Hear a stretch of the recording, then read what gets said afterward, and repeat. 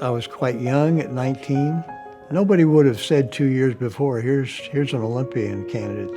Nobody would have seen that. He was a good 400-meter runner, but to run world class within a 2-year period, very unusual. We set a new world record in the 4x400 relay, which the gold medal is in. When you win something like this, I think you're bound to share it with folks.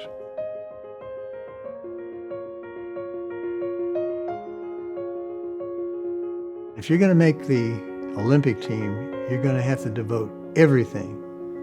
It can't be, gee, I wish I was doing this, I wish I was doing this. No.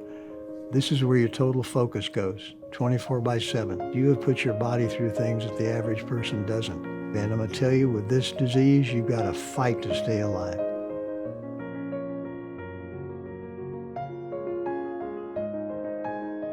Christine was the only match out of 22 million on file at the time for my body. Now, were there others out there? Sure.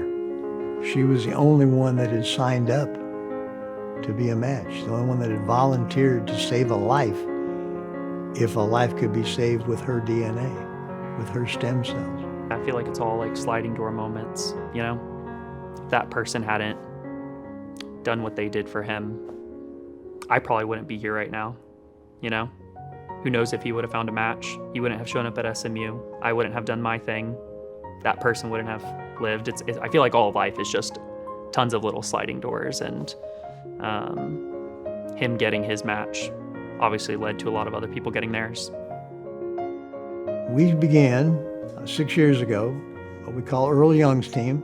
This is all about awareness and registering. Stories like Earl's, it's ultimately the reason why we are following in those footsteps. We want to do what's right.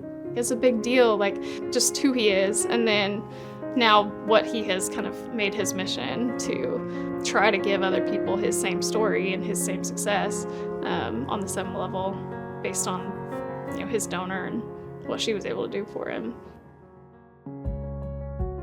It's not as daunting of a task as I think people make it out to be in their head. Like maybe they make it out to be in their head because it's this grand heroic thing to do, that it must be this like giant thing and a big time sink or something like that. And it's really not.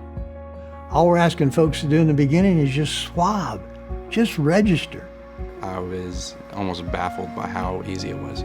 The reason we need more donors is because it's such a hard thing to get a match. For every 10 diagnosed with a blood cancer, only 4 find a match. There are babies dying. There are 71-year-old men dying. There are grandmas dying. There are young moms dying, while their match is walking down the street clueless that they could save their life. That's got to change. That's got to change. I also don't feel like you get that many opportunities to save somebody's life. I mean, I'm not a firefighter or a policeman or something like that. Like that's just like through like nothing that I'm doing, like just the fact that I have a certain DNA. It's like I didn't have to give that much of myself to make a huge impact on somebody else. It's not an insurance deal. It's not painful. I think those are 2 big hurdles.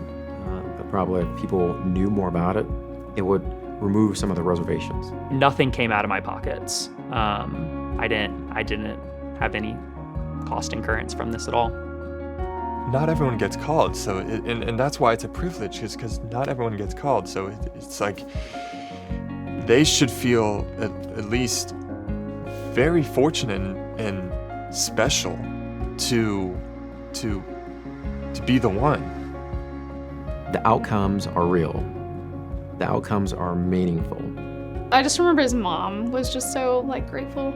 Obviously, I mean, he was obviously very grateful, but it's like coming from a parent's view too, of like, no, you literally saved my son's life. It's like when I do something for someone else, now all of a sudden I'm more grateful for what I have, and just my heart overflows with joy and gratitude.